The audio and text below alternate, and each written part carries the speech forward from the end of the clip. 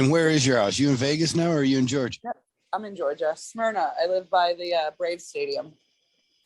They have a Smyrna in Florida, not the same place. No, there's also a Smyrna, Tennessee. Oh, right on. You've been to all these places? No, just Smyrna, Georgia. I just know of the.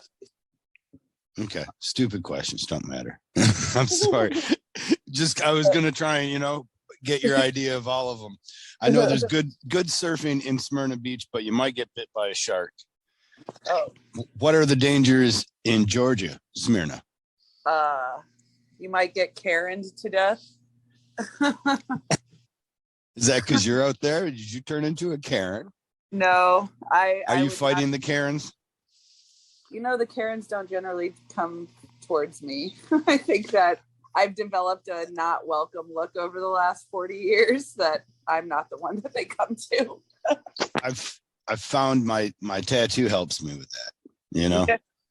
I don't get as many approaches from people they know not to talk to me if they don't think it's, if they don't think they should. They're like, oh, that guy, I shouldn't talk to him. And they're usually right. You find the same. Yes. It took me getting the sides of my head tattooed before I reached that point. Because up until then, I think I still presented as the girl next door. So people felt real comfortable coming up and touching me to look at my tattoos and ask me all sorts of weird questions. But since I got my head tattooed last September, no more unwanted touching. You don't think it's the woke movement or nothing that's really taken over? No. Maybe people are finally figuring it out. I had a Shriner, God bless him, come up to my wife, lick his thumb, and act like he was trying to wipe off her tattoo. I had somebody for real do that to me when I first got the Sacred Heart on my left arm. And it was a fresh tattoo too? It was like 2 days old. And I walked up to me, licked his finger and wiped it and was like, oh, I didn't think that was real. And I spit on him and he called me a bitch. And I said, you literally just spit on an open wound on me. Like, right. I don't even know what the fuck to say to you right now. How old was the gentleman? I call him gentleman. How old was this fool? He was probably in his mid to late 40s and I was maybe 21. Okay, this is some time ago too. I think there was this culture. I think maybe we're waking up. I don't know if it's just your head being tattooed. I think men especially, are finally getting around to the idea of like other people or the golden rule, whatever it might be. Like, don't spit on me and I won't spit on you. Fair trade. Right. But that's kind of one of the questions I wanted to ask you. You're in this industry. You've been in this industry, tattooing, for a long time. You've been a tattoo model, an entrepreneur and businesswoman. You've helped run Villain Arts and make that a successful show. You're now learning to tattoo, if I'm not mistaken. I did my first tattoos this weekend on people. Congrats. And how'd they turn out? How do you feel? I felt much better about the second one than I did the first, but I did win Stencilvania for Oklahoma City. The much coveted Stencilvania Award? The much coveted Stencilvania Award. My very first tattoo ever won the most coveted of all awards at the Villain Arts Tattoo Convention. It is. It's also the least known. It is. The most exclusive. You can't enter it. You have to be entered. I didn't understand that. I thought, right on. What if you just stand in line and bring your design and just bring your design and just bring you just keep throwing it through until they're like, is this, they take the hint. There are some rules to that award. The stencil, the printer boy gang has to run the stencil. The tattoo has to have cost some money. There has to have been an exchange. It can't be like you make your apprentice get some weird tattoo just so you can win the much coveted Stencilvania Award. Right. Like there has to be done at the convention.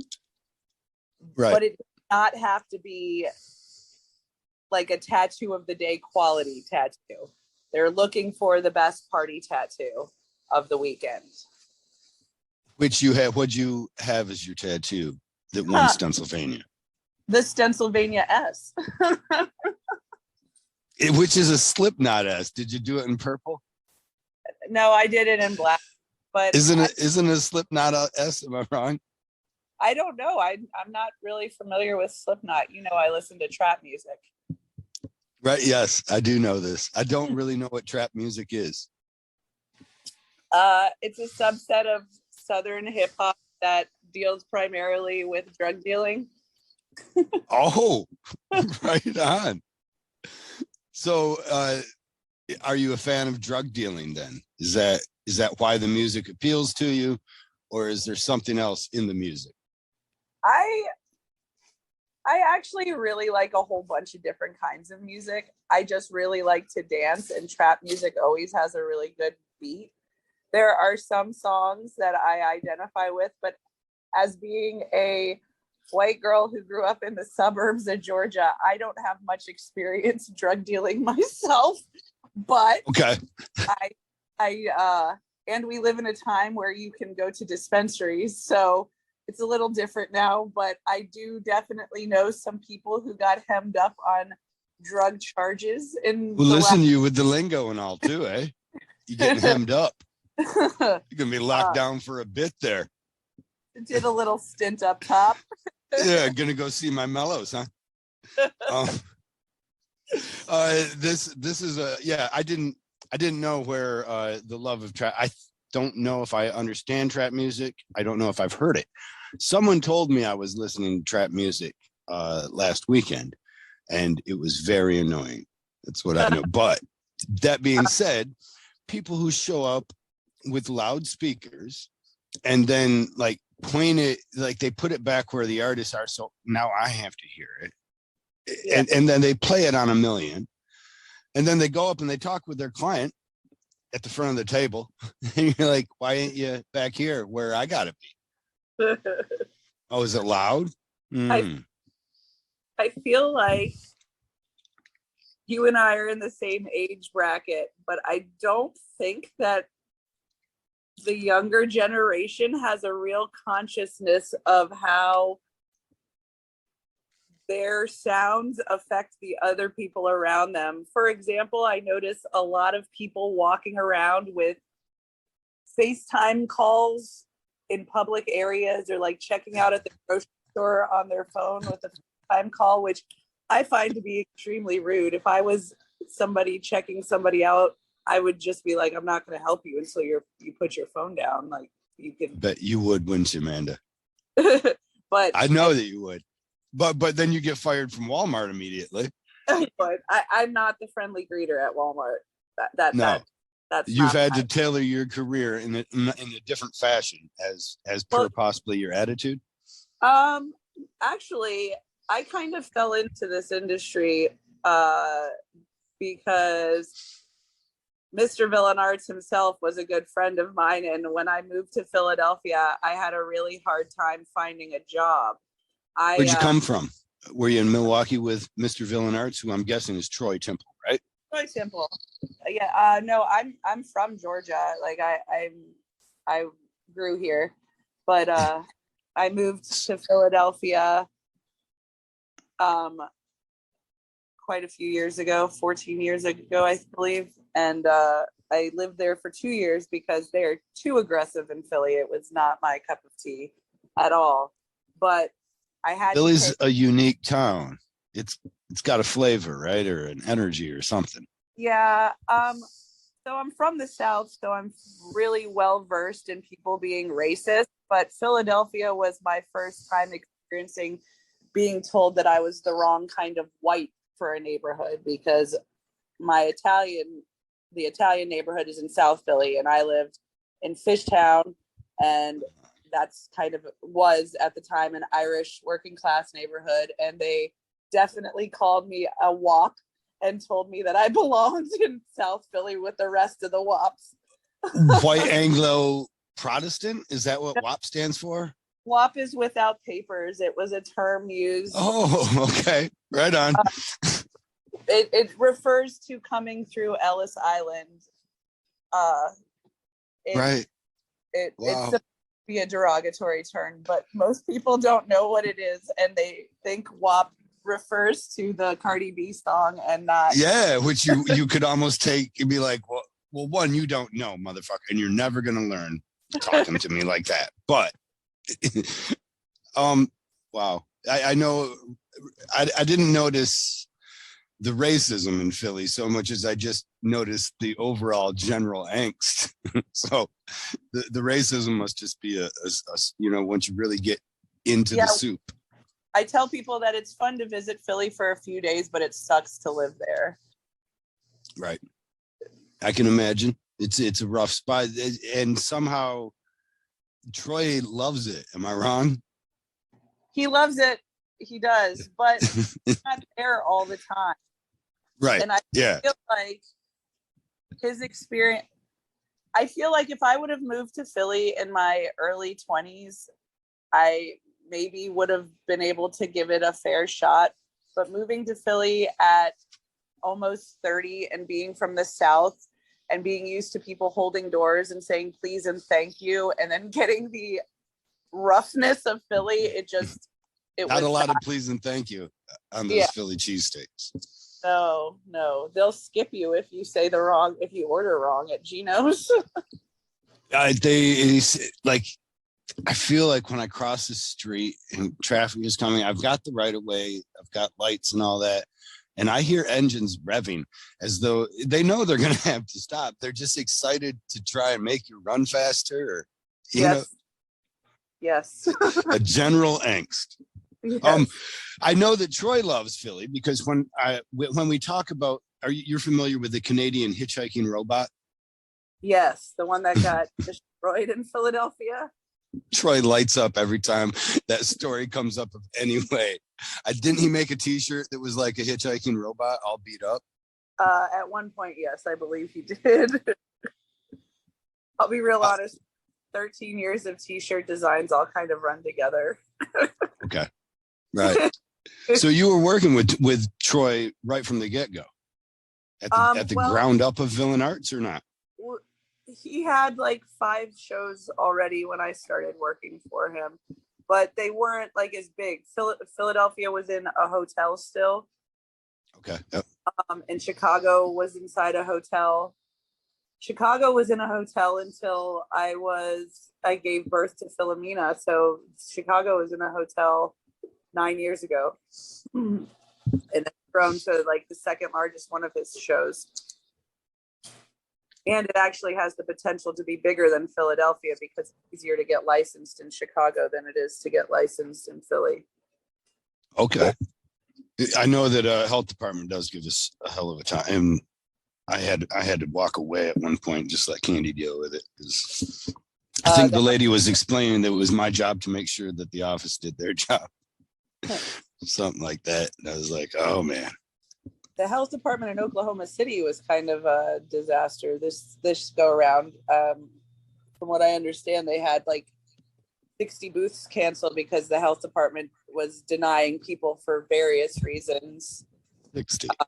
From you got your check and every other piece of paperwork in your file, but we're missing this one thing, so we're going to deny you. Or we didn't have the manpower to process your license in time, so you're not going to get to tattoo. It was kind of a problem this weekend. Wow. But my gosh. Oklahoma were people showing up and getting turned away? Yeah, Oklahoma was the last to legalize tattooing. It's only been legal there for 17 years. So it's their laws weren't really made by people who understood tattooing, and is more made by people who are trying to monopolize on an industry that they don't really have any business monopolizing on. Right. I have no idea what they're talking about. And the easiest thing to do at first for most bureaucracies is to say no until people throw enough money at it to make it say yes. Right. So no, you don't get to tattoo in Oklahoma. We don't do Oklahoma generally because Candy isn't allowed to do cosmetics there. They have some special oh no, it's on the face. It's not just cosmetic tattoos. It's all face tattoos. It's everything within the hairline, on the face, like the whole. I lived in Oklahoma for 5 years, so they are very specific. There has to be a doctor on staff because they consider it micropigmentation, which technically, it is, right? Yeah, but technically all tattoos are micropigmentation. Yes. So it's not different face, but yeah, there has to be a doctor present and on staff. So it's weird there. That is an interesting.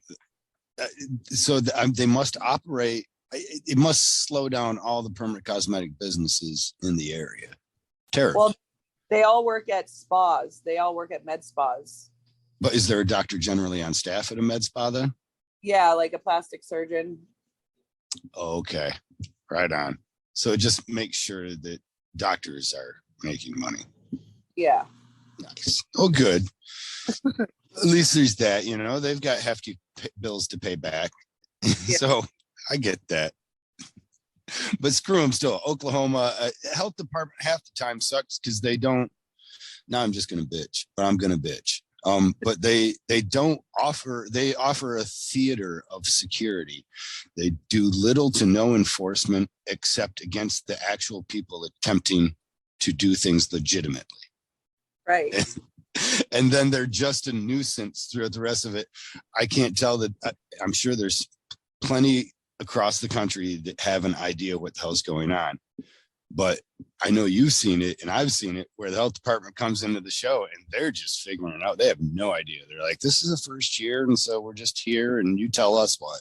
The first year that Troy drew through the New Orleans show, the health department wanted us to put buckets of bleach water in every booth so that the tattooers could dip their hand in it after each tattoo.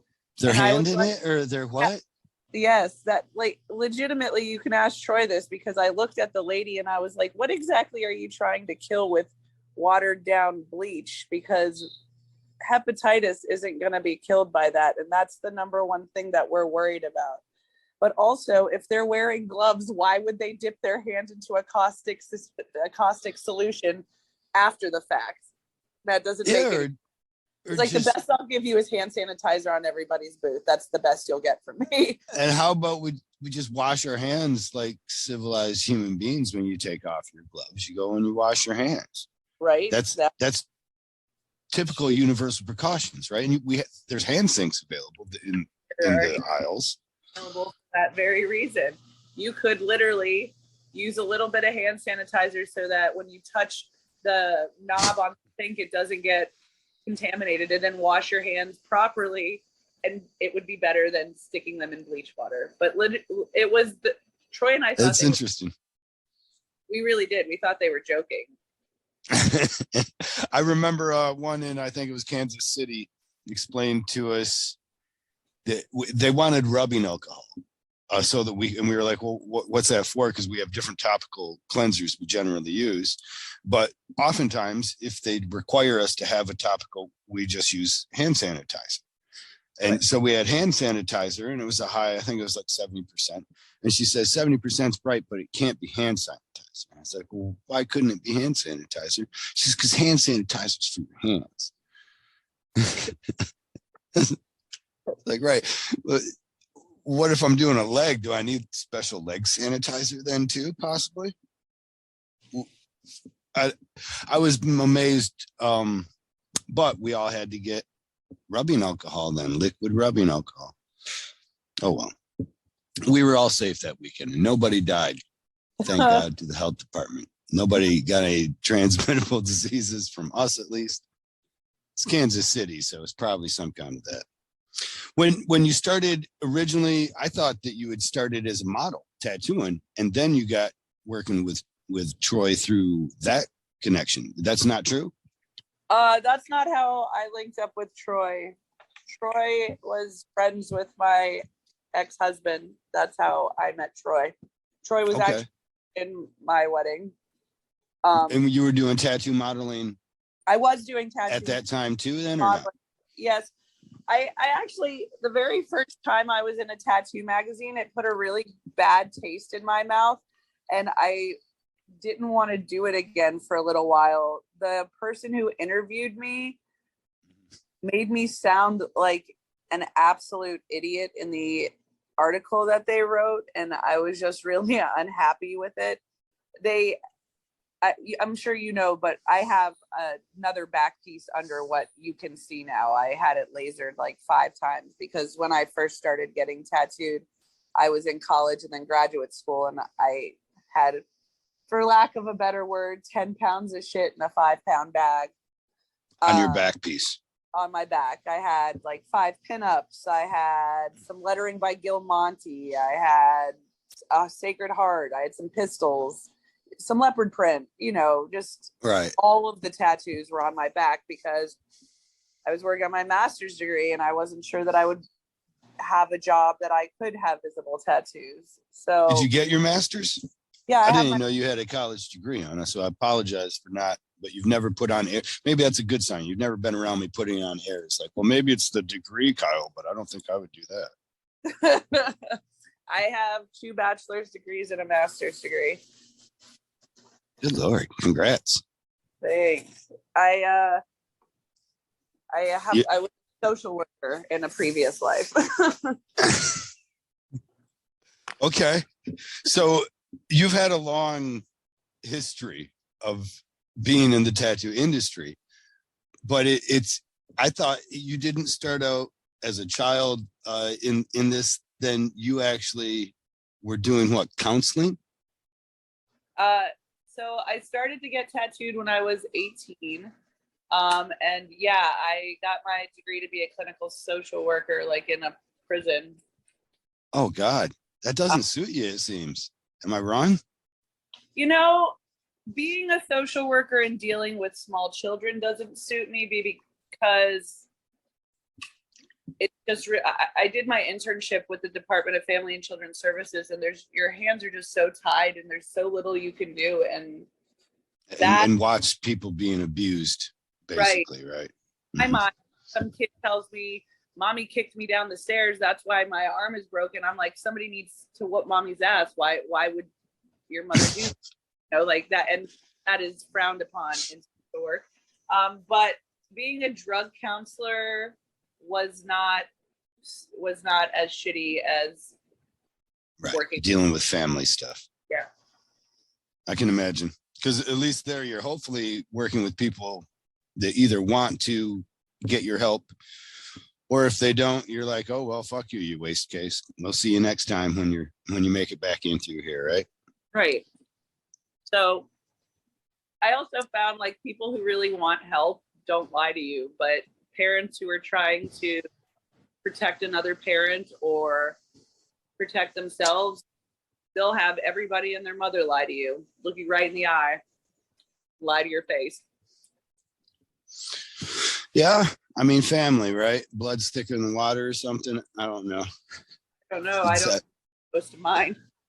all of it's weird. I know, but I already knew the story somewhat because as a tattoo artist, we're half counselors anyway, so you already got your BA in it, so you're going to do really good. But and when we tattoo, I've tattooed several people that had to change their line of work from working in child services because they couldn't. Pretty much the same thing. They never really said he almost had to tie his own hands not to beat people, like to sit across from somebody that's explaining legitimately and downplaying the abuse that a child has suffered at their hands, and he's a father himself. He's like, I had to switch. Right. That's it, especially now that I'm a mother, because I wasn't a mother at the time, but now I really couldn't. My kids already think that I'm super strict, and the drug or the trap music listening, drug counseling strict mother. How does the trap music work in? I'm curious.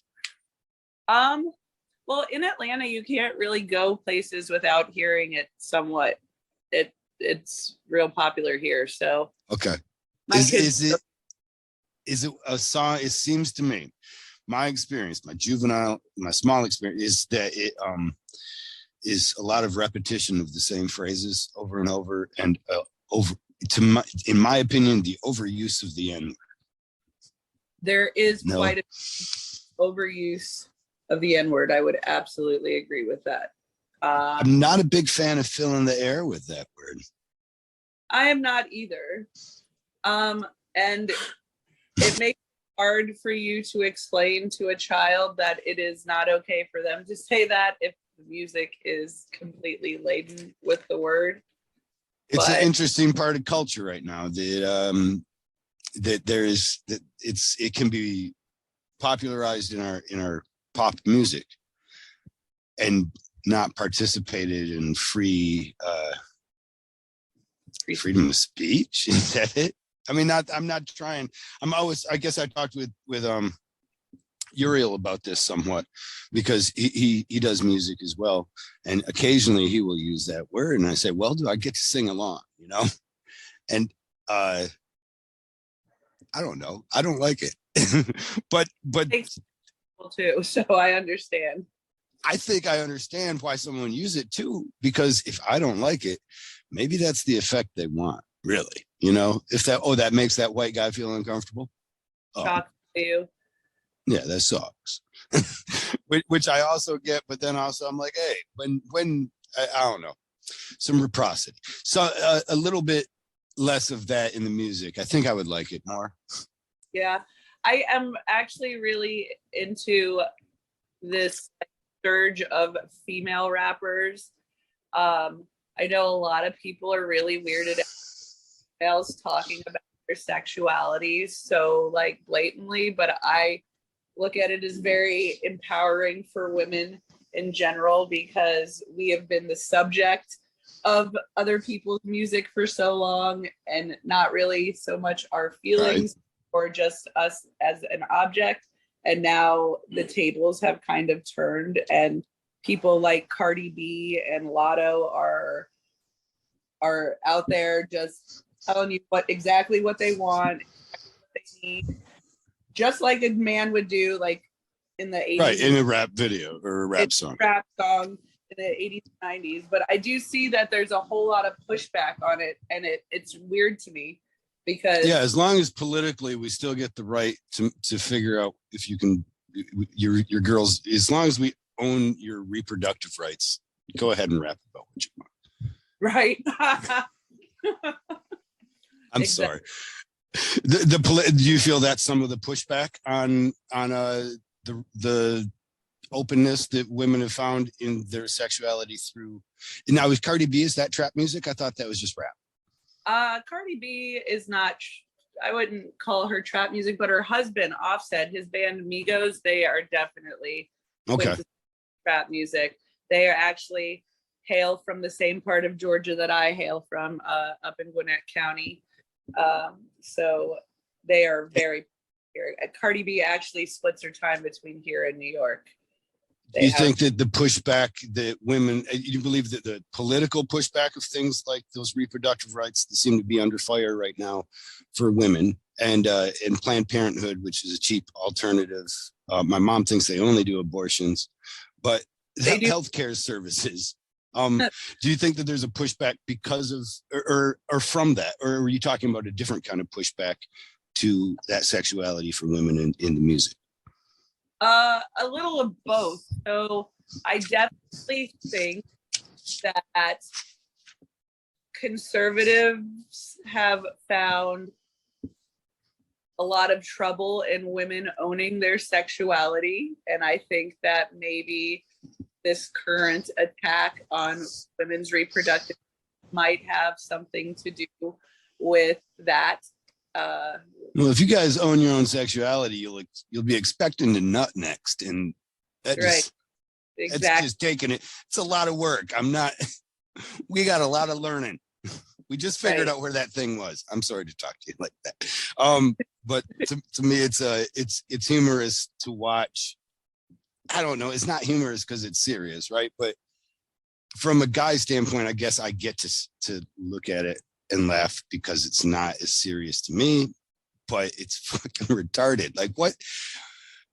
I don't understand. I feel like we should be killing people now, like more abortions, you know, let the mom decide up to 25, 32, somewhere in there, you know, years. I'm talking not trimesters, but 32 trimesters too. That's a start. If think society would be a better place if your mom could take you into court at any time and make you face the death penalty.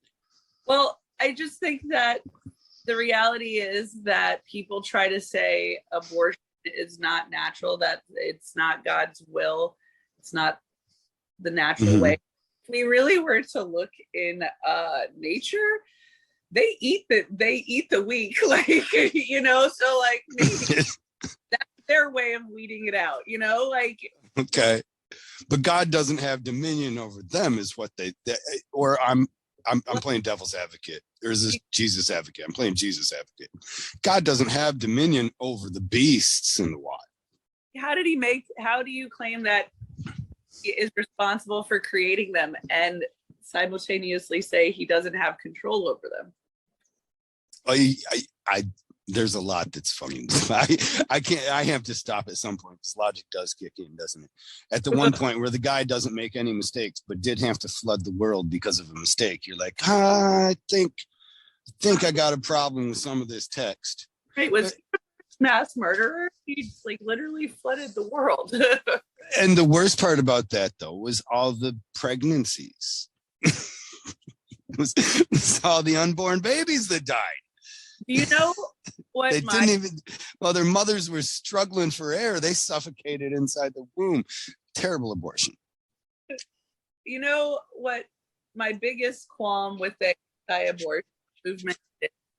It's not, it's that they're like, these are babies, but nobody gives a shit about in vitro clinics disposing of embryos that are viable if the family doesn't want it anymore. It's the same thing. Well, I see that. I definitely agree. My biggest complaint, I would like to add to that same complaint. My biggest complaint is that I recognize it, I believe, being used as a wedge tool to help one issue voters vote in people who then allow corporations to buy up political power and will. As long as they're doing this, what we imagine to be this good thing, how could they be the bad person? Because that other person wants to kill a little baby. Little baby, just a cute little smile. That's like, sorry.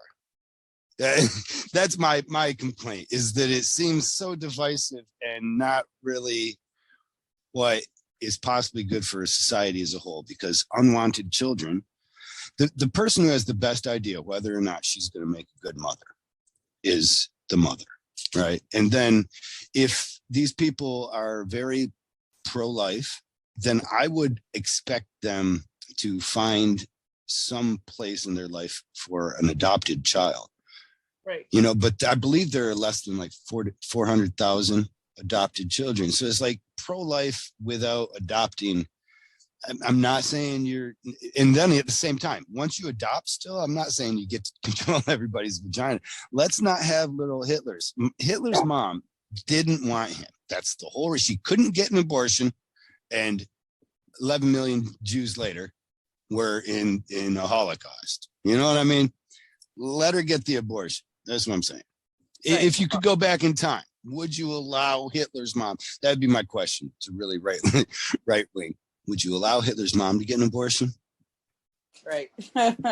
Well, you don't know that with the recent climate of things, that there might be people that say they would be sad if Hitler's mom had. Right.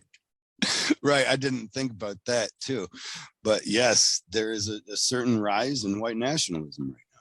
There is, yeah, they just arrested 31 white nationalists in Idaho who were going to.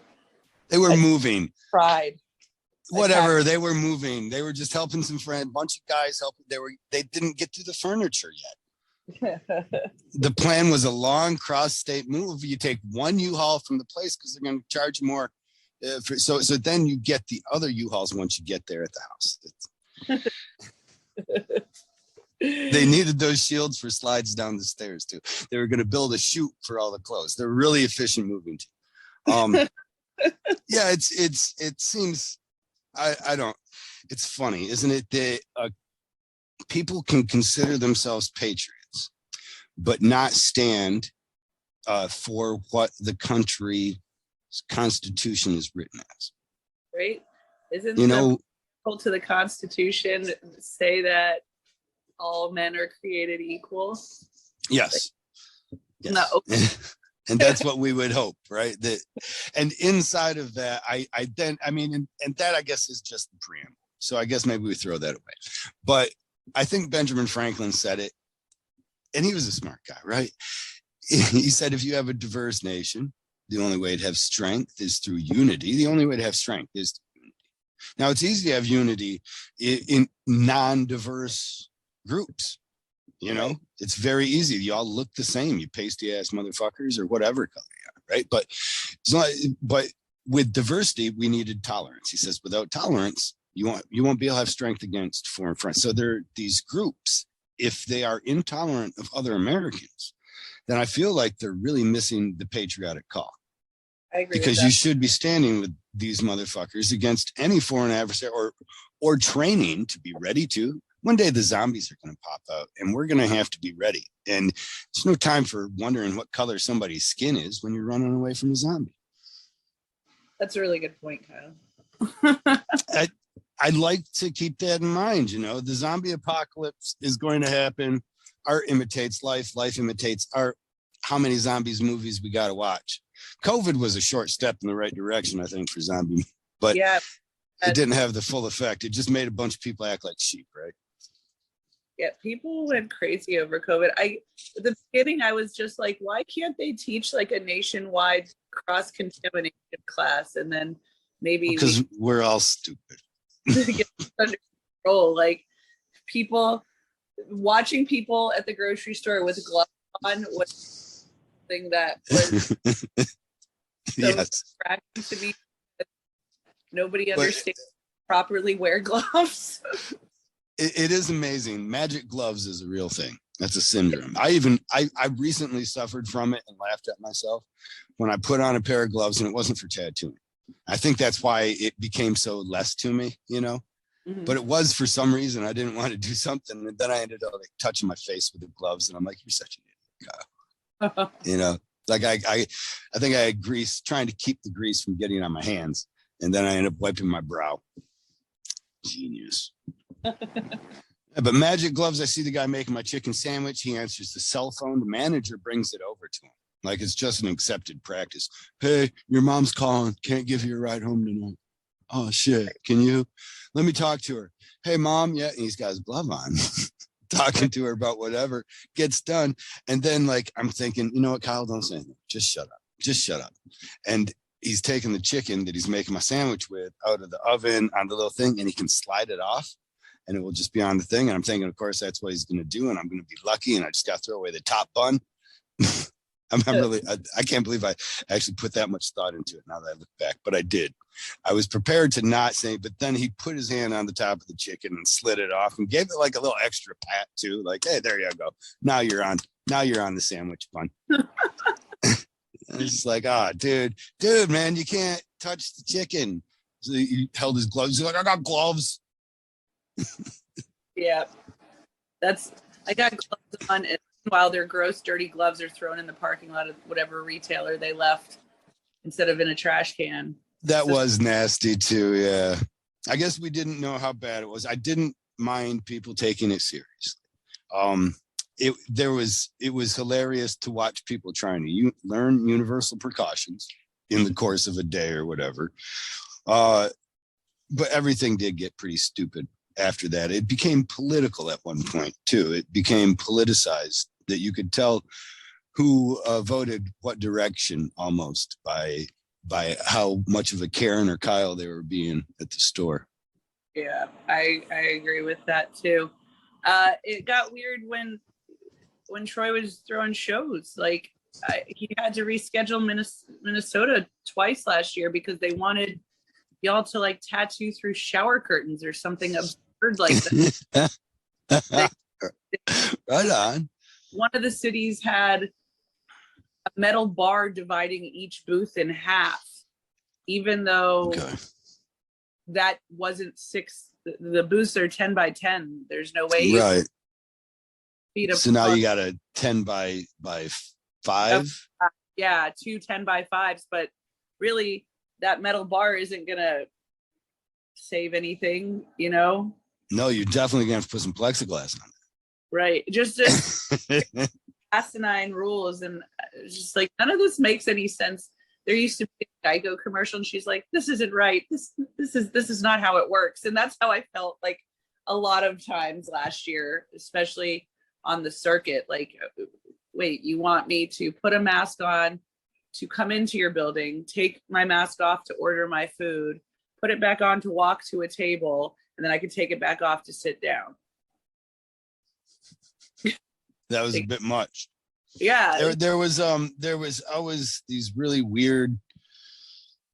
God bless them for it, I guess. That's what I just have to keep, because I feel kind of like it was going through TSA for me, because I am an idiot. And I guess if we imagine that this stops some shoe bomber from blowing my airplane up when I'm going over Kansas, if I don't have to get to know a cornfield intimately from 500 feet in the air or whatever, then I like the TSA. I like the security, the idea, even the theater of the security they provide.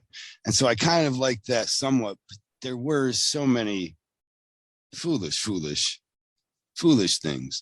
And it just seemed like it was going to drag. I feel like, is it over actually? I guess I don't even know. I hear I try to stay out of the news. I see people wearing masks still though. And my accountant even had one on, but I guess it's still going on. Well, I know people specifically who tested positive at the Oklahoma show this past week for COVID. So. Oh, fuck. Was the health department testing there? No. No, they weren't protecting like that. Okay. They were just being a bother. How did they test positive? They went they started feeling ill and they got a home kit, or? Both of them started feeling ill and got home kit. So it's still a thing, but I feel like much like the flu, it's going to be something that we have to learn to live with right around. Right. People are worried about this whole monkeypox situation, and that's why they're wearing masks again, because people I knew who weren't wearing, like, we never really shut down in Georgia, especially in the county that I live in. We had a good 2.5 weeks of things being closed, and then tattooers, barbers, and nail salons went back to work first. Okay.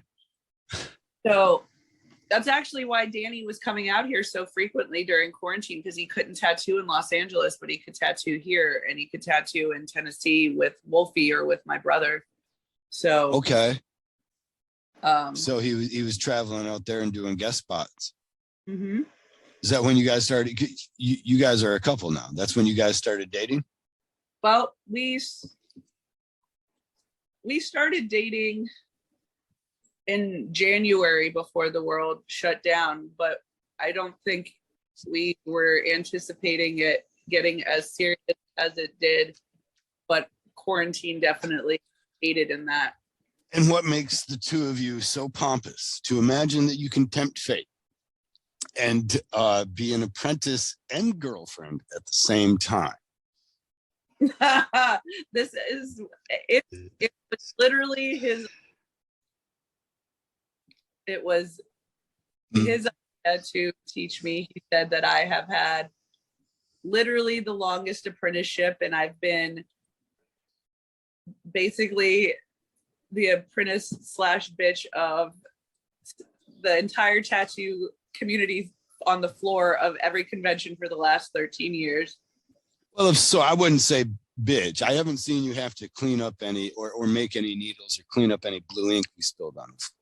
I can build a needle, I'll have you know, because my brother made me learn how to do that when he was tattooing. Danny, didn't you already knew before you? Yes. Wow. But okay, right on. It is a long apprenticeship then. Yeah, I've worked counter at various. I worked for Eddie's son, Bill Funk, when I lived in Philly. I worked at a tattoo shop in Oklahoma City, you know. So I've done all of the jobs that, including the very important job that you were doing with Villain Arts, which I don't really know the name of. I just know there was usually 3 people that you would tell people that, well, 4, I guess. There'd be Electra too, especially with these trophies. there's Carl, Troy, there's Electra, and there's you. You know, when people are like, hey, I need, then you're like, these people. yeah. I used to joke that there were 3 women that were the hamsters in the wheel running the show for Villain Arts, and Electra, me, and Jess in the office. Okay, yes, I recall Jess as well. I think we only met her once because she was usually in the office, right? She doesn't use. This year, I've seen her at more shows than I have in previous years, but that is probably because I'm not there this year. You know, so they need somebody. So the next stage of your life after mastering this, it will be your second master's, actually, right? But after mastering tattooing, what do you see next? What's your plans? Well, Danny and I are expecting a baby. That's how he made sure I couldn't leave him after the apprenticeship. Okay, right on. I was wondering, man, you're gonna have all this anchor baby and all, huh? You're gonna have all the an anchor baby, the baggage. Yeah, you have all the baggage for the breakup. You're tempting fate so hard. You guys got each other's names on you? Danny got my name tattooed on him 3 months into dating me, as big as his hand across his chest. Oh my God. It was, have you not seen it? He's always shirtless. It's literally. I guess I didn't look. Oh my God, I'm going to look now though. Yeah, it's huge. And it was funny because Danny is a 45-year-old man. He's never been engaged or married. He doesn't have any kids of his own. He's been tattooing for 20 years. He has nobody else's name on him. And then he doesn't have any kids either. Nope, no kids. This is his over first. 40. Yes. Oh my gosh. Wow. Well, he waited for the right girl, I guess, huh? Yeah. And then he did the whole thing. He's got you roped in for sure. Yeah. At least he's going to be able to walk around and be like, yeah, she owes her starting the industry. He can't say that. When we're in the tiki room is where we do all of our apprentice stuff at the house. His tiki room.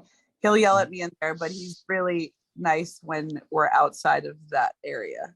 Like it doesn't carry over. There's not any animosity that carries over. That's the hard part of I think when you really break down the fate tempting rule, it's that you have to have time to be strict. Like a lot of people can't take me apprenticing them, let alone still be married to me. You know, my wife is a rare exception. There's some people that are like that. I'm guessing you're one.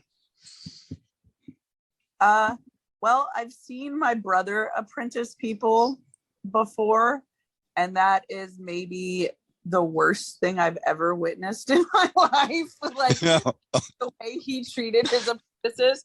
So like I kind of expected to get some of, because he can't go easy on me. I'm like, everybody would be like, oh, it would be a thing. So yeah, I expected there to be issues. Like I expected to fight. I talk back. that's a problem. But it doesn't matter in that he's right or he's wrong. He's right.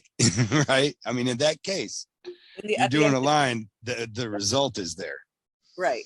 It doesn't matter what I think. What he's telling me to do is what's important in that instance. And Danny does traditional work, very heavy line based. Yes. Usually those guys are pretty rigid about their kind of about many different rules to tattooing. Is that the style that you feel you're most akin to too, is traditional? Well, Danny wanted me to learn how to do some fine line stuff, like the infinity symbols that everybody's getting. He Mhm. wanted to do that kind of stuff, but he says that I do better with traditional, so that is probably where I'll It's reside. difficult. But Traditional guard. I'm covered in it, so I feel like it's what I know the best. Okay, right. And then are you using one of these? Are you using an old school traditional coil tattoo machine, or are you using a rotary like me with my little limp wrist now? I can't hold one of those big doorbells anymore. Well, I don't have one of those like pen situations. He has a Dan Cuban that he's been having to use, but I have used coil machines too.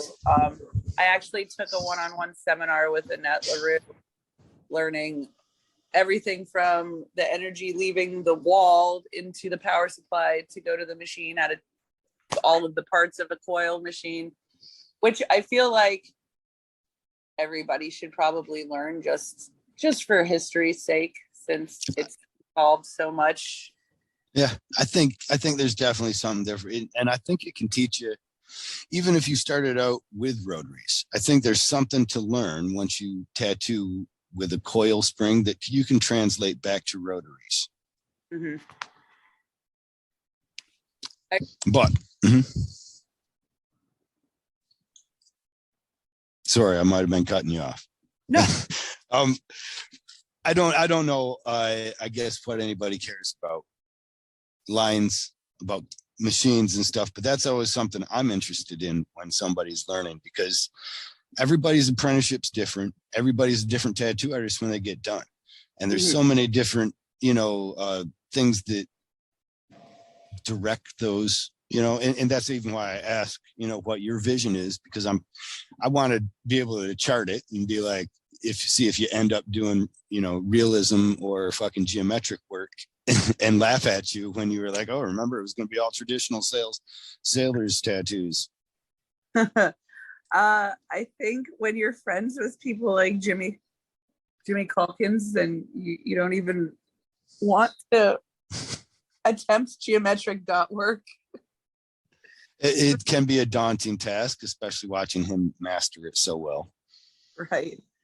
He's a beast, and he's so light-handed. It's just insane to get tattooed by him. It doesn't. He's tattooed you. Him and Rick Megason, Flip Shades, they did my head as a collaboration. Oh, that's awesome. Ouch. But it was easy, you say. Was Flip Shades more painful then? Flip Shades dry wipes like he's trying to fight you. On your head with all that hair underneath there? That's gotta hurt. Well, I've had a mohawk for like 10 years, so I just don't ever wear it up. So it wasn't like a bunch of hair, but he did the back part, and I guess the back of your head sucks worse. And I had the bright idea to do both sides of my head in the same day. Oh yeah, that's a good idea. So you're pressing down on the fresh tattoo on one side, huh? Yeah, it was a genius move on my. How'd you sleep? It actually wasn't bad once they were done tattooing. I felt like my head it didn't hurt as much at any point healing as it did when Rick was tattooing. Okay. That's cool. I get to hold that over Rick's head then and be like, well, you're painful, I hear. I hear you hurt people, man. I don't know if I'd ever want to get tattooed by it. Dry wiping, first off, who the hell even does it? Like, and what is he doing? Some crystals? Was he scared of losing his line work? Come on. He did crystals, yeah. So what's he's like, oh, I can't get out an ink pen and fucking put a straight line on that if I lost this.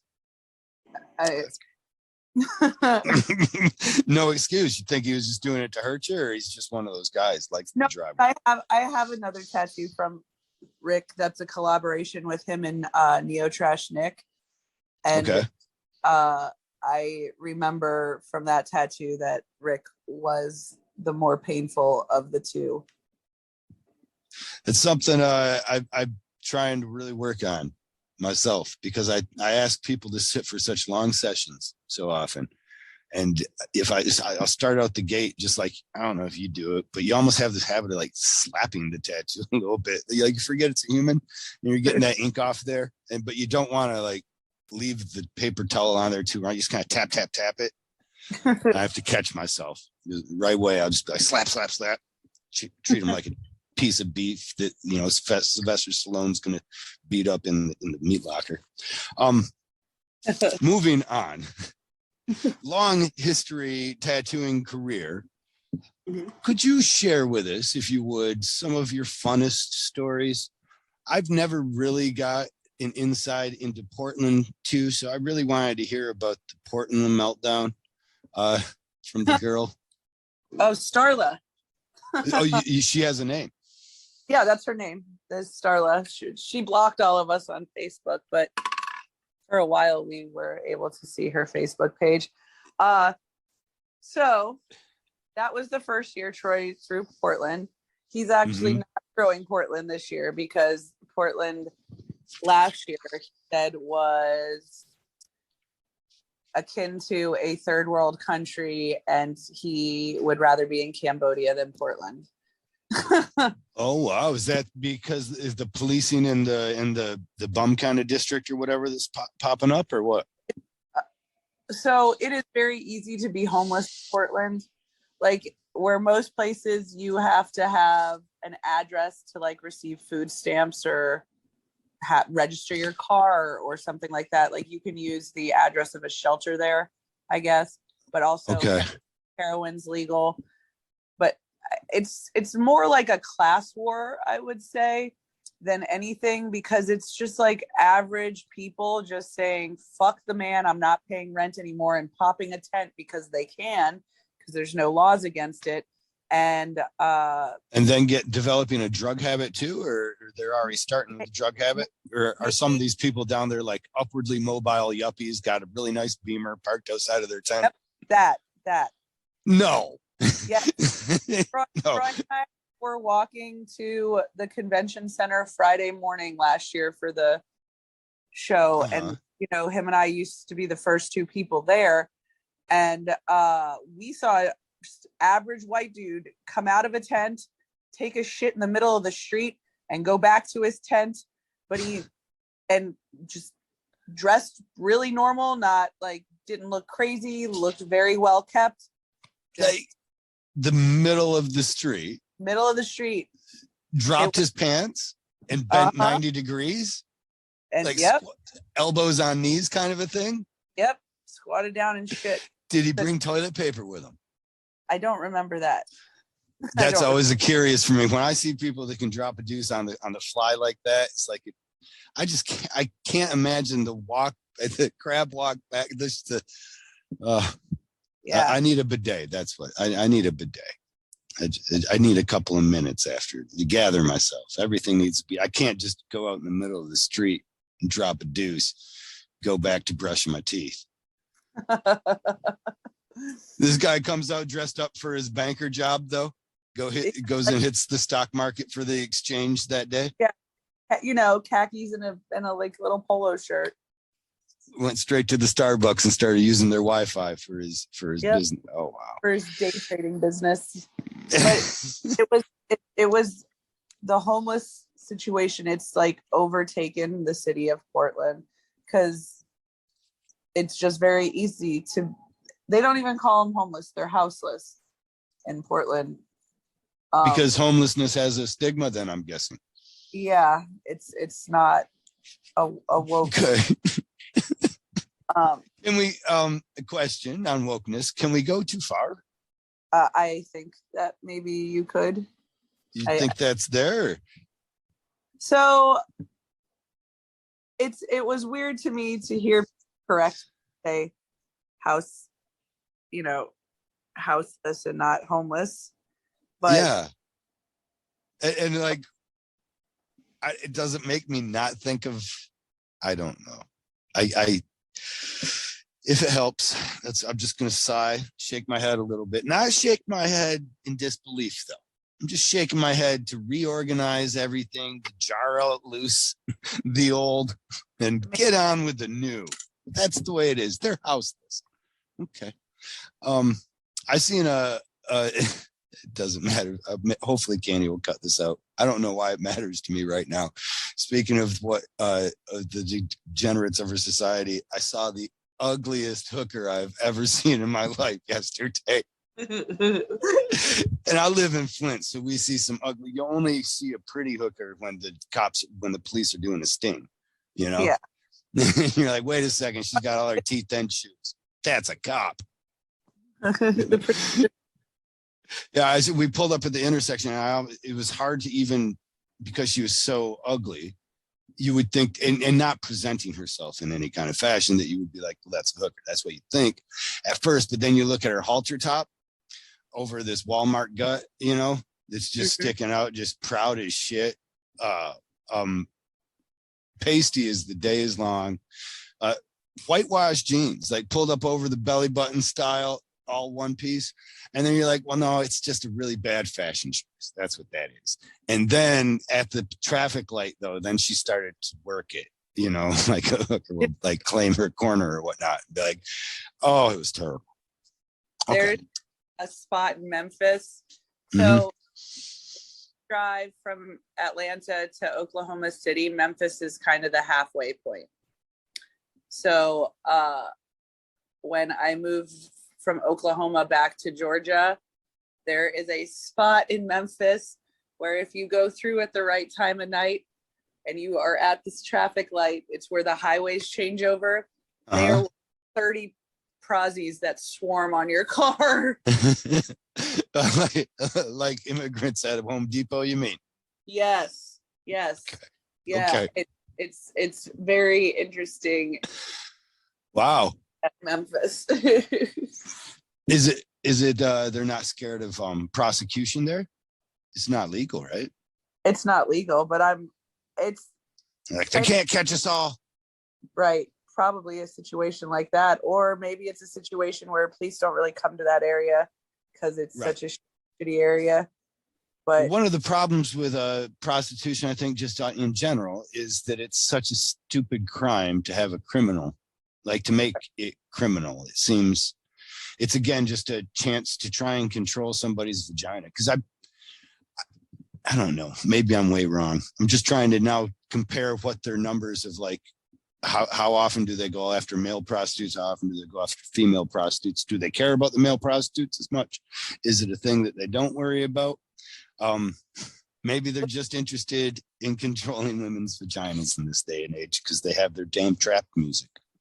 That's exactly what it is, Kyle. I'm pro legalization of prostitution. Like, I always wonder why all these people who are fiscally conservative don't see this as an like that, or opening dispensaries in your state and tax as an opportunity to bring in more revenue to your community. Like, at the very end of the Vegas does, right? Not Vegas, Nevada, like Nevada as a state, but not Vegas as a city specifically. They try to have anti-escort situations in Vegas. But I wasn't aware. The guy who owned the Bunny Ranch, I was friends with his son for a while, and I interviewed famous Nevada brothel, right? Yeah, they did like a Showtime show on it or something. But I got to interview the madam, I guess, and a few of the girls that worked for him for a college paper back in the day. Oh, that was awesome. It was. I was like, Jared, can I talk to your grandfather, please? I got to write a pro legalization of prostitution paper. He seems like the best person to go to. Well, some of the pros. Number one, not having sexually transmitted diseases spread so easily in the community, because these women who would be spreading them, these terrible, if I'm saying this, right? I'm just going from the political standpoint. These terrible women are spreading it, right? That's what our concern has to be. But if they were tested, then, well, that's a lot safer. Because otherwise you just have even the worst of them. They're almost guaranteed an addiction at that point because of how low in life you have to go to become a sex worker at this point when it's as disregarded or as it is, when we can't imagine that somebody can be respectable and still have a job in the sex industry. Right. But meanwhile, everybody's watching. Well, not everybody. I guess they're not watching porn, but they are. But I think the con is that you lose your ability to take the moral high ground over issues like abortion and stuff that you are using anyways as a divisive wedge tool. You lose that ability. You know what I mean? Like, it's just, hey, should prostitution be legal? Soccer moms all across the world. No. Men everywhere. I don't know. I guess maybe I'm wrong. If I imagine that men just blanketly want to try and control vagina, because I feel like the majority of men, absent of a female's opinion in this, would say, no, prostitution should be legal. It's the oldest profession in the world. How else are we going to keep the city, clean, safe? One other thing that happens with prostitution that I've noted in my life, I've gotten fights over this. It creates a stronghold for criminal element. Meaning, if I have nothing but my persuasive ability to talk a girl into turning a trick so that she can get some drugs, or I can hook her up with I can work my way from that one transaction on my way up to being a pimp, to being a drug dealer, and also RICO statute. Now I'm selling guns because you got to protect your girls. Yeah. But natural progression that happens in the absence of a legitimate brothel, where who the hell is going to go to a street worker when there's a brothel right there and the girls are tested? Right. It's safe. Like at the Bunny Ranch at the time when I interviewed them, those girls couldn't go to work with a cold, like with just like a right. It was testing every week for STDs. Like the girls were not afraid for their safety. It was in a controlled environment. Were the men tested, the Johns or the clients, were they tested as well, or did they just have to wear condoms? They just had to wear condoms. Okay. It seems like you could still get different STIs or whatever, but I'm not the doctor. I could barely make it through COVID. Yeah, you still get them, but I feel like the ones that you're the most worried about, like AIDS, there has to be like an exchange of fluids. It can't just be touch. Like herpes, right. HPV, and just you're still susceptible. Yeah. But you can take care of those. I mean, you might not get rid of them, but you can control that. AIDS, you might not be able to. Well, then what are the chances that there's a large number of these girls probably do have herpes? Am I wrong? I mean, 1 in 4 Americans of sexual age has herpes. Yeah. So that's probably, I don't know. I don't mean to cast a dispersion on that. Actually, I try to maybe take a stigma away, because I'm imagining now too, a lot of these Johns, I mean, that's where they're getting it. I call them Johns instead of stigmatized. I'm not woke enough. I got to wake up. I have a friend who has a daughter who is as old as Philomena. And my friend had no idea that she had contracted herpes from her daughter's father until she went into labor, because herpes don't just stay out. You're not always in an outbreak. And when right.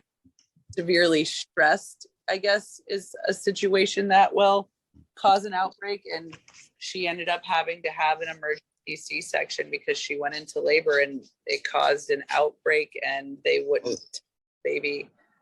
Right. The baby could have got herpes from coming through the birth canal. Oh, which is something you don't ever think about, but it's a weird fact. Yeah.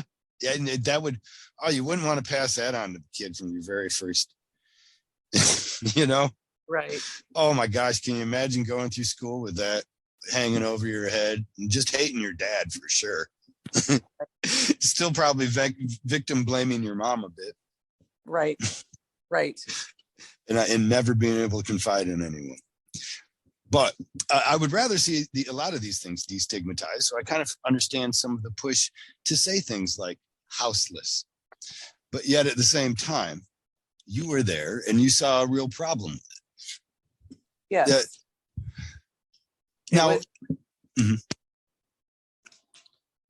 for Troy to say that he's been to third world countries that he would rather be in, I feel like he's a we all know Troy to be a world traveler. Like, I've been to a lot of places, but not as many as Troy has been to. And he was like, yeah, I'd rather be in the shittiest parts of Asia than here right now. Well, now it almost makes me want. I just got done watching this show, Dark Tourism, I think, or Dark Tourist on the Netflix, where a guy goes to these like death places. But now I wouldn't do that because there's way too much radiation and other stupid stuff that he has to deal with. However, maybe I would go to Portland just to see how crazy it is. Right. Well, just see people poop in the street. I mean, that's not anything that he's not unused to, too, because it is striking. Because again, this is a man who lives in Philadelphia. Right.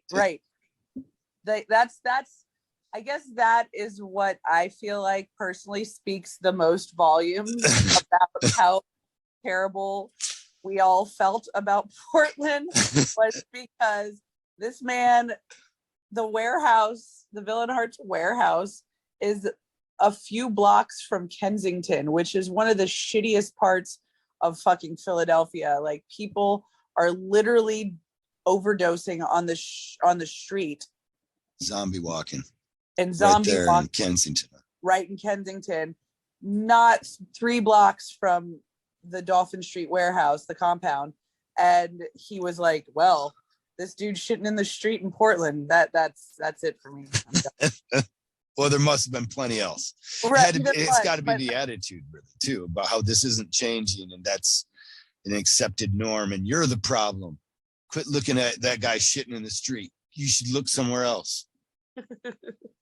It's his prerogative. He paid for the food that he ate.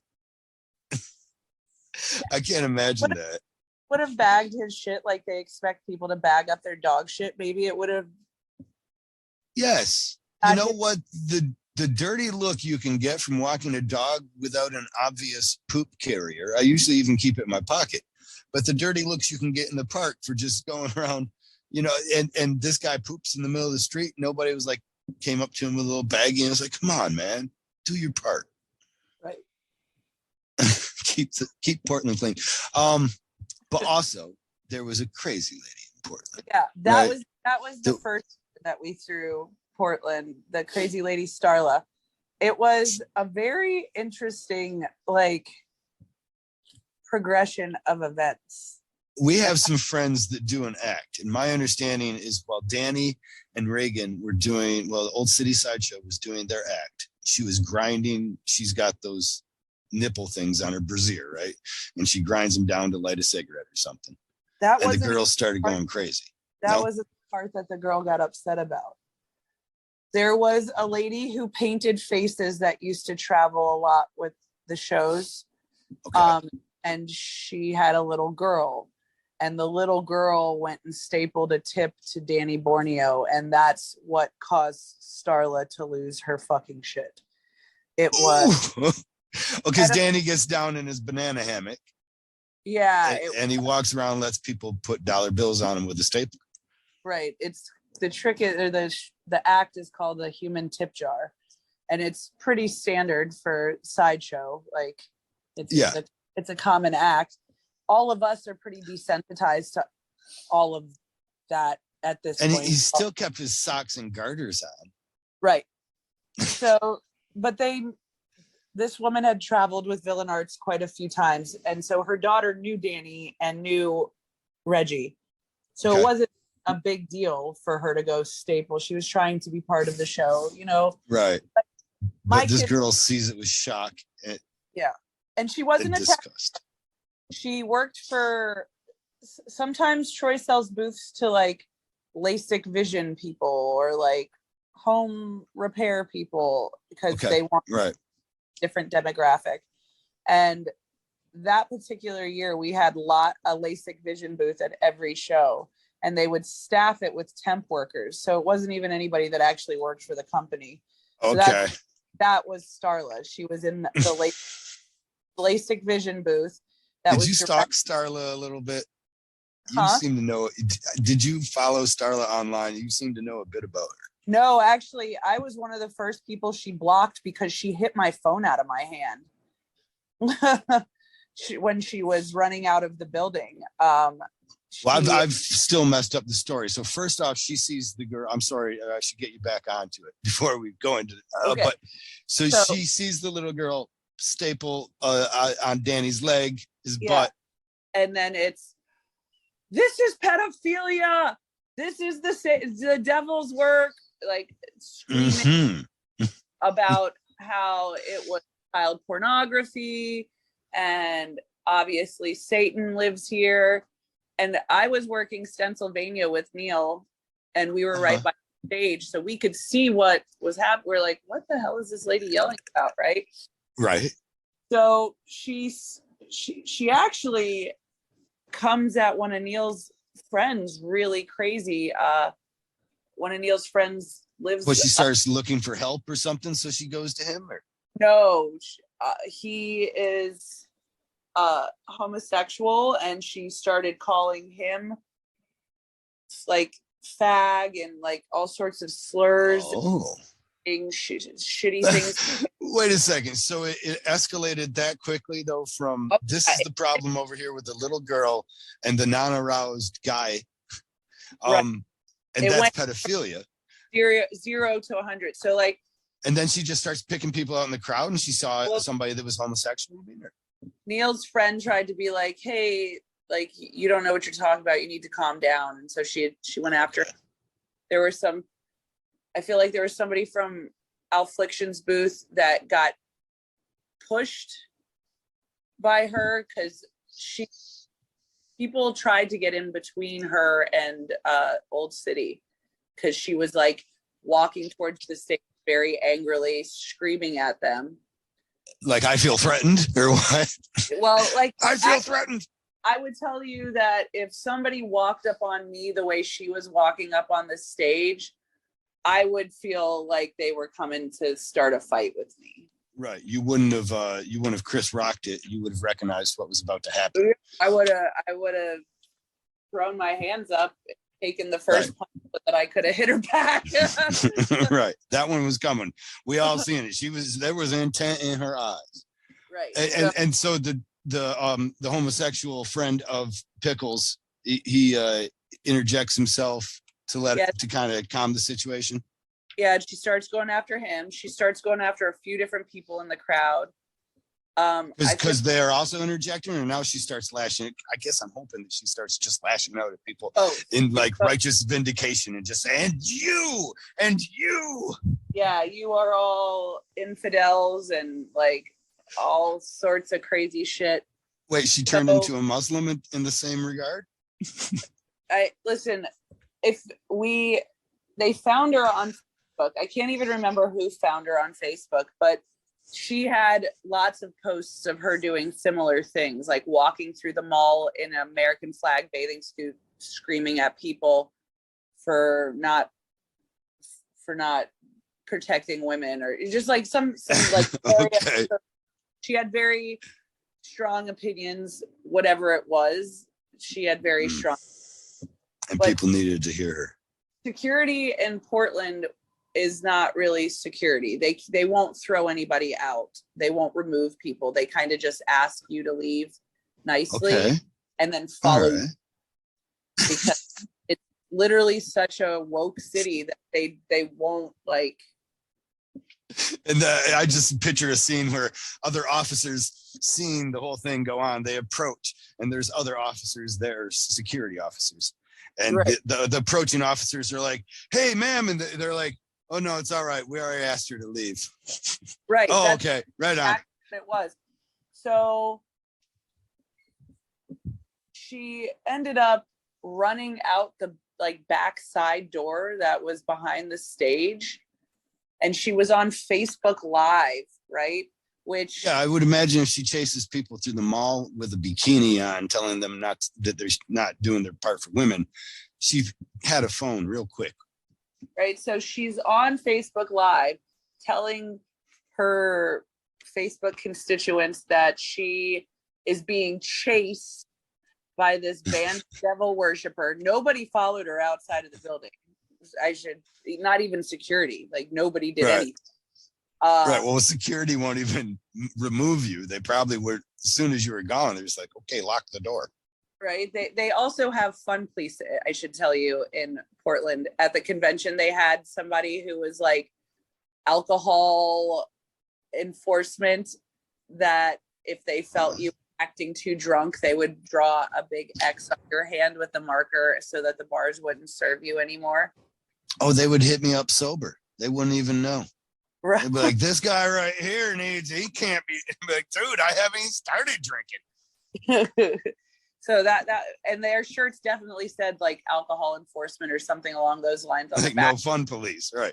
Yeah, I was like, so you guys are the fun police, is what you're trying to say. But so she runs out. She's finally gets to her car. She's on her Facebook Live, which everybody in the convention is watching at this point because somebody's found it and started sharing it airdrop style or something. Right. Something along those lines. And she's on there saying, where's the military? Where are our strong men to protect these children from this pedophilia and this Satan worshiping? So Troy had stickers made of, like, they took a still shot of her live video where her face looked like the absolute worst. It is the only picture I've ever seen of her.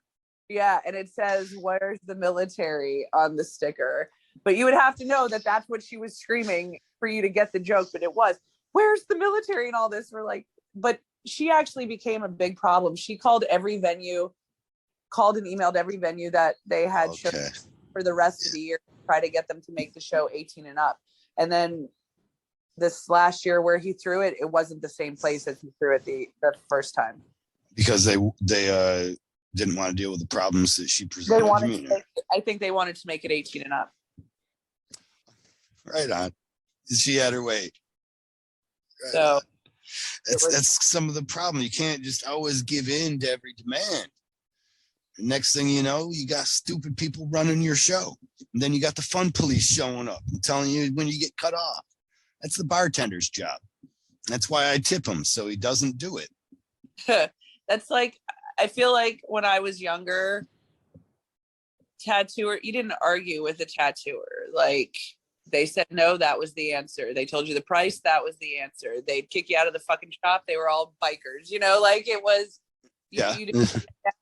Everybody thinks that the customer is always right, and it's not the case in this situation. And with Yelp and shit like that, like, people will go after you real quick and completely destroy your business because you told them no. Yes, I do. I suffered I don't know if it was suffer. I probably shouldn't breathe anything into it. Maybe it's long ago that it would never, and Candy can always edit it out. Actually, I've got that awesome ominous power. But one time there was this little brat at the pool, and I let several people use my goggles, and then he stole them from one of the kids. And then the kid came to me crying, and I was like, oh, well, yeah, we can ask him to give them. Like, hey, man, I didn't have enough for everybody. And that kid had them first. So, and the kid went underwater and like just refused to pay attention to me. And so I was like, well, they're mine, so I'm just going to get them back, Yeah. And I went out there to go get them. And then I'm all over on Facebook about this terrible person. I ripped the goggles off him when he was under the water. Terrible. See, that shit pisses me off because I had a situation with my girls. We were at the trampoline park. It was like 2 years ago, maybe 3 years ago. And it was toddler hours. So nobody over 5 was supposed to be jumping. And we were there with my neighbor who has 2 kids the same age as my kids. And there is this boy who's maybe 13 or 14, and he's running across all the trampolines and he's knocking over kids. Yeah. several other parents have said, hey, watch what you're doing. Right. Well, he ends up knocking over my neighbor's son and causing his nose to bleed. Mm-hmm. So I was like, where's your fucking mom? With the expletive too, or not? Yeah, with the expletive. I don't not curse in front of children. That's See, that was my problem. I probably left that out of the story. I said, hey kid, I'm just gonna get those fucking goggles. And then I swore at the kid. Hurt his feelings. Yeah. So he's done the same. I feel better. The way I feel about cursing in front of children is if I tell my kids that these are bad words and they can't use it, then they're going to go out of their way to use them in situations that might get me in trouble. So if it just seems like a normal word, you know? Right. Yeah. So I'm like, where's your fucking mother? And he wouldn't show me. So I'm like, well, whose fucking kid is this? You know? Right. Yes. Louder now. Yeah. So the mom's like, oh, I don't understand why you have to use this word. I'm like, there have been 6 people talk to your son since I've been here. Right. And right. you were. And one bloody nose. And he knocked my neighbor's son over, and my neighbor's son has a bloody nose. Oh, it's not really a big deal. Well, it is absolutely a big deal. And maybe if you weren't on your phone or talking to whomever and actually paying attention to your fucking kid, this wouldn't be a problem that's been going on for the last hour. And can we just agree that not to tell somebody who's listing grievances with you that something is not a big deal, unless you're like the CEO of a company and he's your underling, you know what I mean? And you're making choices. Like that is never the proper response. Right. So like, oh, your grievance, it's not a big deal. You're little bit. Oh, thank you for letting me know. It felt so big a second ago. Right. You belittled me. Like, anyways. As tall as I was, and the little boy is like crimson size, so it was definitely an issue. And she just was very like nonchalant about it, and I was like, well, here's the deal, lady, since obviously your kid and you don't seem to understand that your actions can get you an ass whooping, I could drag you outside in front of your kid and whoop your ass in front of him so he knows in the future. She was like, well, I'm going to tell the manager. And the manager told her that I come there all the time because my kids have a membership there, and that there's never been a problem with me before. So maybe she does need to watch her child. And so she left and and hit him up on Yelp. But no way for them to find me. Right. But, well, yeah. And she knows where you go every week. You're there all the time. Got a membership. Yep. Getting doxxed. Yeah, I don't think I don't like to do that anymore ever, actually. Maybe it's because I'm getting older and weaker and I don't trust my reflexes as much. Or maybe I'm just getting wiser. But I wonder too if there isn't just the difference of the sexuality, like me coming up to some dude and saying that. Certainly I wouldn't obviously challenge a girl. You know, hey, I'll beat your ass for what your kid's doing. But if I was to come up to somebody's father, I feel like it's like a guaranteed it has to happen because I'm already calling him out on his bullshit, right? I'm already calling him on his hoe card. But a girl, she gets to walk that back. Yeah. I don't know. I'm just interested in how that sent her day into a spiral or not. But it's just weird. It's one of those things. I feel like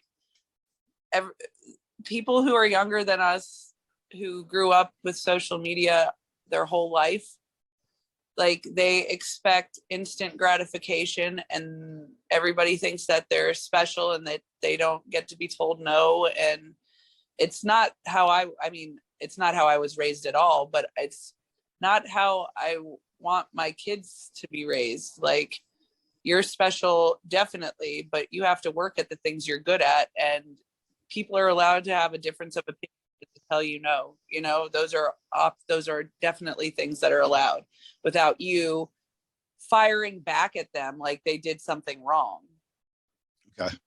It's like telling someone a whiting tattoo is a bad idea, right? Not because I'm trying to hit on your dreams, but because historically it's used best to highlight things. It's not used best to be the entire tattoo. It'll fade to like a raw chicken fat yellow because you have to look at it through the layers of your skin. It doesn't look like it does in those Pinterest things, but people get real fucking angry with you when you tell them no to that. Yeah, because they have it right there, right? They have they're like, no, look it, see? It's like this forever. It never changed on this person. Next year I will Google the same image and there it will be. Right. Fresh as the day it was taken. Right. I've done them. I go through a bit of a song and dance anytime somebody's doing something stupid where I just want to let them know that it's their choice, right? Like they're in control of that one and back away from it. Like if Danny was to ask me, which he would be far stupider to tempt fate and have me try and do his lettering. But if he was to ask me to do the lettering of your name on his chest, I would have an obligation, I would feel, to say, here's the thing. Right. It's bad luck. Just saying. But after that, once I explain it, I'm done. Like I'll put it on you happily.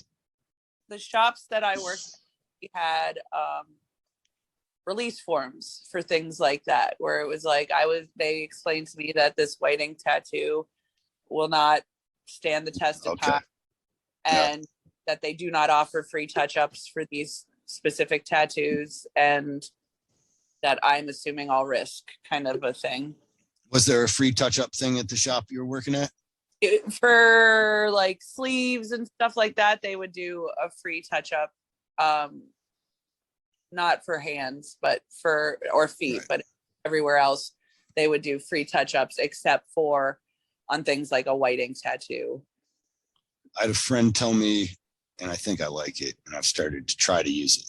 It's hard not to go back to your old habits, but to call it a follow-up session, because touch-ups, and this is the funny thing, like houseless and homeless, right? But because touch-ups, everybody, it seems like you're fixing or correcting something, as opposed to a planned, especially in a sleeve, I plan to homogenize, if you will, all this together. You know, there's going to be values because the different days we did it and the way the skin heals or the way you laid on it one night, whatever, then we just want to go back and look at it, you know, call that a follow-up session, and people don't have such a problem with it. Call it a touch-up and they feel like you're lowering your work, you know? Yeah, no, that actually does make sense. It's especially in things like marketing, like Phil and Arts changed it from convention to festival. It's like a festival. The wording. Now, does that help hit on different searches or something? I believe so. I believe that Troy spoke with a market researcher, and they said that branding as festival was a better. Convention makes people think work, and festival makes people think fun time. This is true. Yeah, because when you talk to the lay person about a tattoo convention, they get a little sparkle in their eye, and you can see it turning in their head sometimes. They're like, wait a second. So what, you go and you pay at the door and then all the tattoos are free? Right. You're like, no, you pay at the door and then you pay at the tattoo. Like, well, why would I do that? That doesn't make sense. $20 doesn't cover the cost of a sterile setup. Well, they start to figure it out, I think, if you call it festival. I followed the logic here, right? If I say festival, they're just like, oh, yeah, well, I got to pay to get in the fucking party. It's a festival in there. You know, They probably got balloons and clowns. Got to show up. Well, we got the jug. They do have the juggler. We got a couple of juggalos. There are a couple. Whoop. That's where I thought you were going with it. No. Juggalo, didn't you get to hang out with Bob Cat Goldthwait? Oh, no, you saw him do a bit about Juggalo. So you did get to hang with him? My Danny's boss here, the guy who did my back and both my sleeves, he tattoos Bobcat, and we all went to see him, and Oh, how awesome. Yeah, it was really cool. But he does a thing about tattooing at the gathering of the Juggalos, and how he threw like a can of Fago or something and knocked out his driver. who was like an esteemed member of some sorts. Am I wrong? Yeah, it was somebody who was important, and They're like, fuck this guy. I don't care if he's got a fucking go-kart. Right. Can of Fago. It was I don't think it was in an aggressive manner. I feel like people are known to be throwing soda. All right.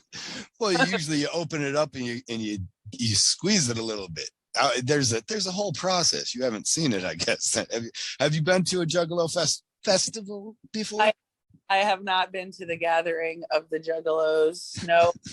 Yeah, it is my bucket list because I feel like it would be excellent people watching. And if you've ever seen that show Workaholics, their version of going to the gathering of the Juggalos was hilarious, and I would very much. No, I've never seen it. I'll have to look that up. It's a funny show. Have you seen the Juggalo dating commercial they had? No. That's good. That's good.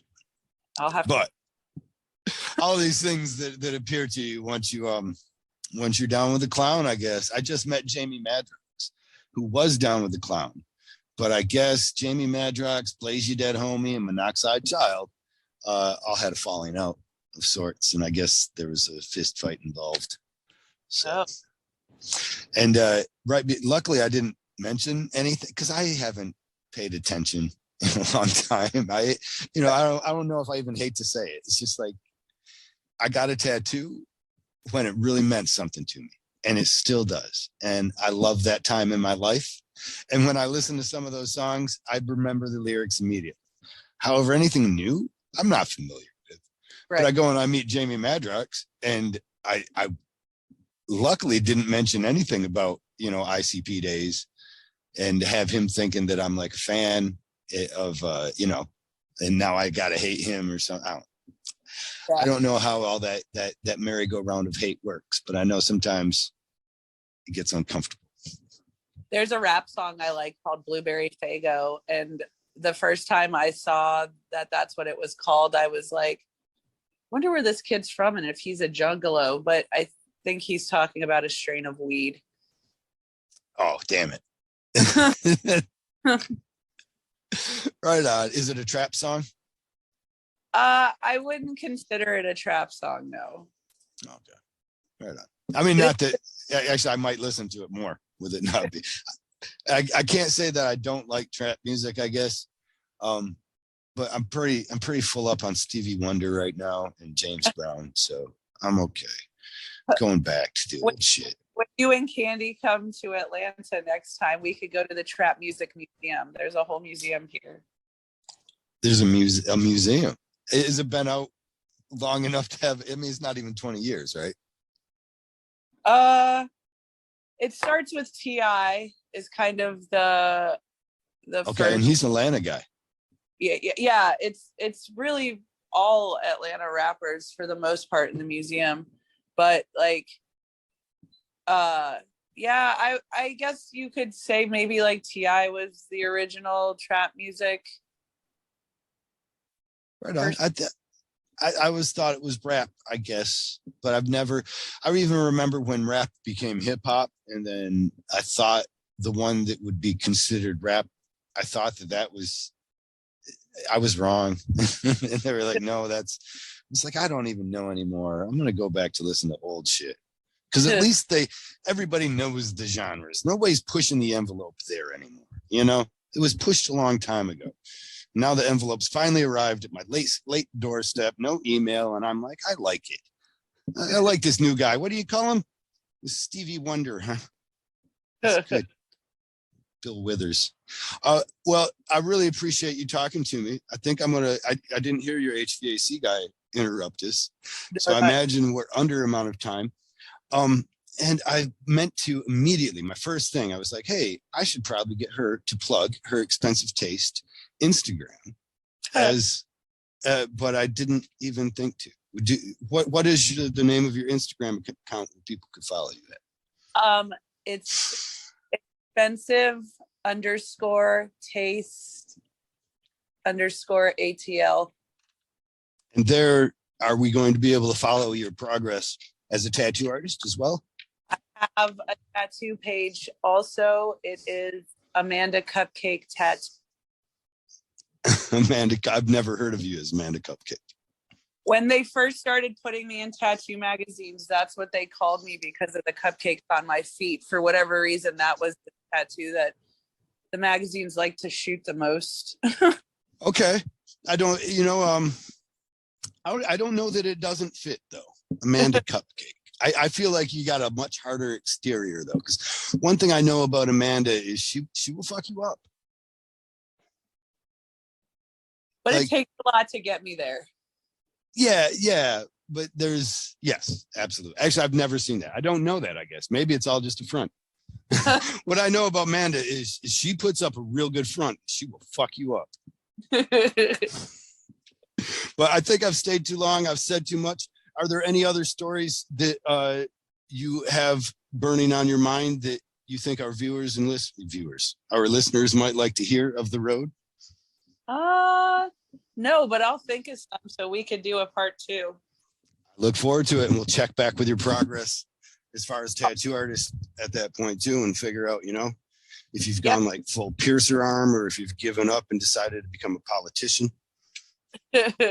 I'm trying to think with your course through your careers, they've all been pretty tattoo like after one, but that was a dramatic split from counseling to this. So at any point you might become an airline pilot. I could be anything, right? That's what I tell my girls. Yes. And if you, then if not you, then them at least, because they'll have the time to put into it. But Thanks for being a part of this, Amanda. I really appreciate it. Thanks, Kyle. Give Candy my love and tell David I said hi. We will. They're actually right here. Well, David, he's never paying attention what we're doing, but Candy's waving at the screen now. All right. Well, we'll see you again soon. Will we see you in Charlotte, actually? No, we're doing Spooky Empire in Orlando.